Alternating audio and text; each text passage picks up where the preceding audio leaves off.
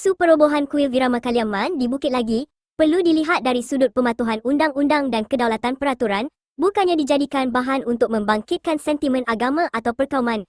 Mufti Perlis, Datuk Dr. Muhammad Asri Zainul Abidin berkata, Malaysia merupakan sebuah negara yang mempunyai undang-undang dan semua pihak perlu menghormati peraturan berkaitan pemilikan serta penggunaan tanah. Menurutnya, pembinaan rumah persendirian juga tidak boleh dilakukan dengan menceroboh tanah milik pihak lain atau tanah awam, apatah lagi pembinaan rumah ibadat yang turut tertakluk kepada peraturan ditetapkan.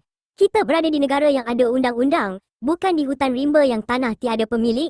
Sepatutnya, ahli parlimen mengajar rakyat untuk mengikut undang-undang, bukan membina bangunan sesuka hati tanpa peraturan dan hak milik, katanya menerusi hantaran di media sosial pada Jumaat. Beliau berkata demikian mengulas kenyataan ahli Parlimen Jelutong, RSN Raya menggesa Barisan Nasional menilai semula kerjasama dengan Perikatan Nasional susulan tindakan kerajaan Perlis merobohkan kuil Viramakaliamman di Bukit Lagi, Kanga.